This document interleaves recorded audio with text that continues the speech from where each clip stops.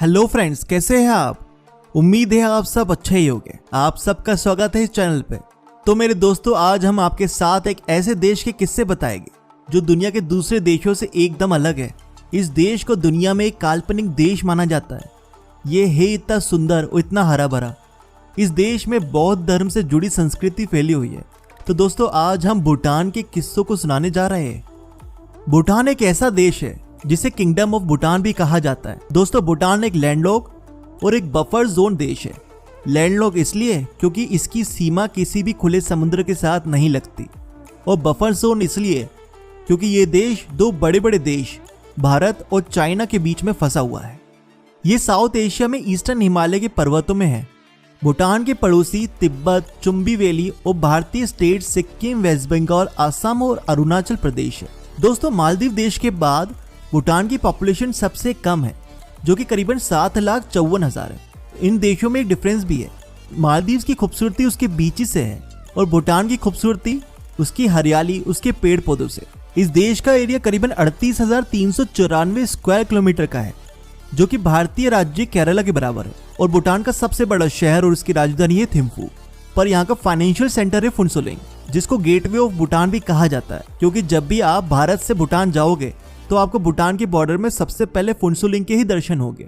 इस देश में बोले जाने वाली भाषा जोंगखा है। भूटान में ज्यादातर बौद्ध धर्म के लोग हैं, फिर हिंदू लोगों की जनसंख्या है। यहाँ इस्लाम और क्रिश्चियन लोगों की संख्या बहुत कम है। यहाँ रहने वाले लोगों को भूटानीज बुलाया जाता है। इस देश का टोटल नॉमिनल जीडीपी करीबन $2.5 बिलियन है। पर दोस्तों, इस देश के लिए जीडीपी कोई मायने नहीं रखता। वैसे तो किसी भी देश के लिए इकोनॉमी को अच्छा या बुरा मानने का पैरामीटर जीडीपी ही होता है, लेकिन भूटान की गवर्नमेंट जीडीपी को नहीं, जीएनएच, ग्रोस नेशनल हैप्पीनेस को इंपॉर्टेंस देती है कि हमारे देश के लोग कितने खुश हैं। और ऐसा इसलिए क्योंकि यहाँ 4 फैक्टर्स पर ग्रोथ मेजर करते हैं, जो है sustainable development, preservation, promotion of cultural values and good governance. क्योंकि भूटानीज लोगों का मानना है कि प्रजा सुखी है तो राज्य खुशी है। भूटान की करेंसी है भूटानीज निक्युराम, जहाँ का एक भूटानीज करेंसी हमारे 1 रुपए के बराबर है। मतलब भारत और भूटान की करेंसी में कोई अंतर नहीं है। और यहाँ का टाइम जोन है GMT+6, जो कि भारत के टाइम से 30 मिनट आगे है। दोस्तों, यहाँ का गंगखर प्योनसम भूटान का सबसे ऊंचा पीक पॉइंट है और दुनिया का सबसे ऊंचा अनक्लाइम्ड माउंटेन भी, यानी कि इस पर्वत को किसी ने चढ़कर फतेह नहीं किया है, क्योंकि 1987 से ही भूटान में इस पहाड़ पर चढ़ने पर पाबंदी लगा दी गई है। इस पर्वत की हाइट करीबन 7,570 मीटर है। दोस्तों, भूटान का नेशनल एनिमल है तकिन, जो कि बकरी की प्रजाति का है, लेकिन आपको गाय जैसा दिखेगा।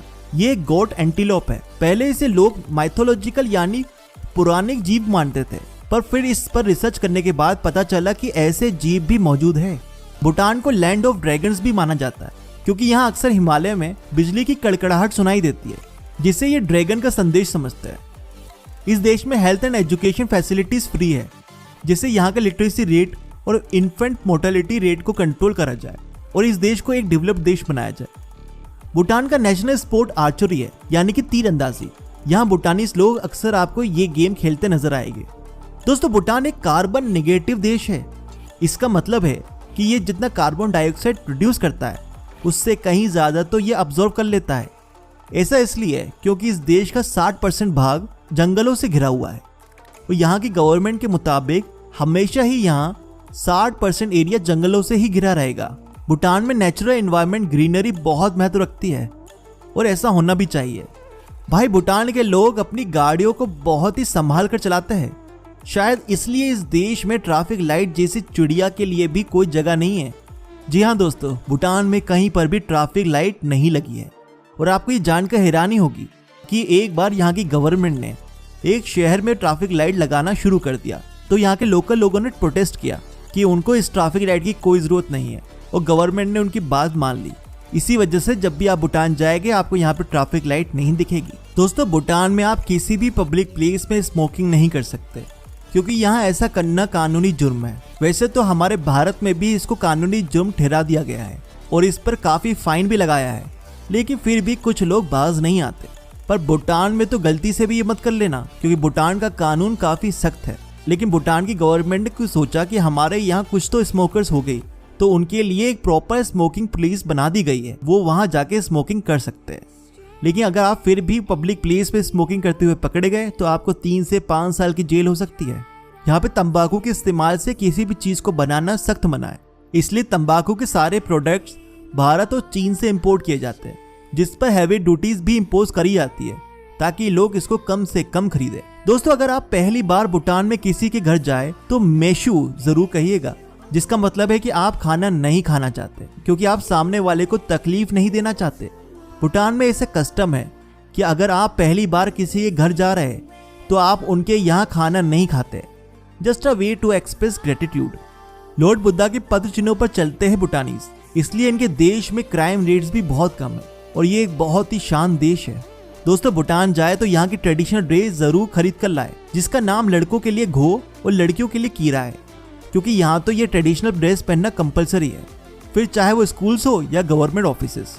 भूटान के लोग अपनी संस्कृति को बहुत मानते हैं और वो अपने कल्चर के अकॉर्डिंग ही चलना चाहते हैं और वैसे ही कपड़े पहनना भी चाहते हैं। भूटानीज लोगों को मसालों से बेहद प्यार है।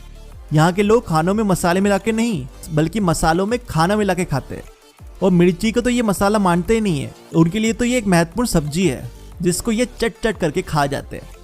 दोस्तों, भूटान में सिर्फ एक ही इंटरनेशनल एयरपोर्ट है जो कि पारो में है और यहाँ पर लैंड करना खुद में एक मजेदार एक्सपीरियंस होगा, क्योंकि ये दुनिया के most dangerous but thrilling airport में से एक है।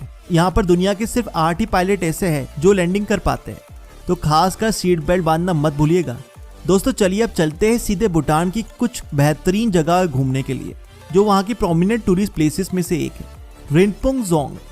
ये पारो डिस्ट्रिक्ट में है।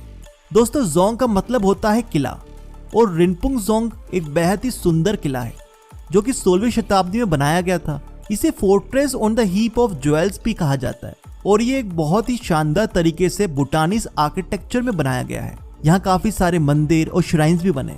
हर साल का फेस्टिवल शेचू भी यही मनाया जाता है, जो कि मार्च से अप्रैल के महीनों के बीच आता है। पुनाका जोंग ये बहुत ही खूबसूरत भूटानीज किला है जो कि यहाँ का दूसरा सबसे बड़ा किला है। इसका पूरा नाम है पुंगथांग दीवा चैनबी फोरंग, जिसका मतलब होता है खुशियों और दुआओं से भरा एक महल। इस किले में आप बुद्धिस्ट कल्चर को महसूस कर पाएंगे। ये 1200 मीटर की हाइट पर स्थित है। यहाँ आप हाइकिंग का मजा भी ले सकते हैं और बुद्धिज्म धर्म को भी करीब से जान सकते हैं।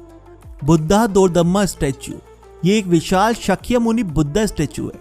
यहाँ और भी 100 छोटे छोटे बुद्धा स्टैचू है। ये ब्रॉन्ज और ग्लिटेड गोल्ड से बना है।